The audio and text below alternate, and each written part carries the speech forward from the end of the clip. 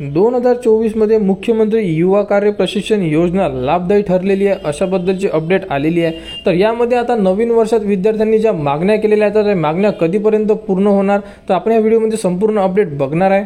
बघू शकता, मुख्यमंत्री युवा कार्य प्रशिक्षणार्थी योजना ठरते लाभदायी।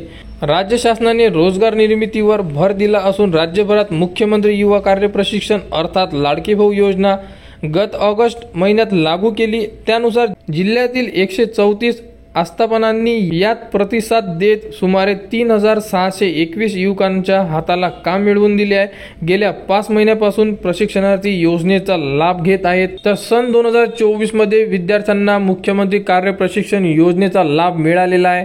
तर सन 2025 मध्ये लाडक्या भावांची म्हणजे मुख्यमंत्री युवा कार्य प्रशिक्षण योजनेमध्ये ज्या मागण्या केलेल्या मागण्या विद्यार्थ्यांनी कशा केल्या याबद्दलचा व्हिडिओ आपल्या लास्ट व्हिडिओ यूट्यूबवर उपलब्ध करून दिलेला होता। तो व्हिडिओ या व्हिडिओच्या डिस्क्रिप्शन मध्ये दिलेला आहे। तर त्यामध्ये कोणकोणत्या मागण्या होत्या तर सर्वप्रथम होती की सर्व लाडक्या भावांना कायम म्हणजे परमनंट करावे अशाबद्दल ही एक मागणी केलेली होती आणि 2025 मध्ये या मागणीवर मुख्यमंत्री यावर काय प्रतिसाद देते याची सर्व विद्यार्थी वाट बघत आहे।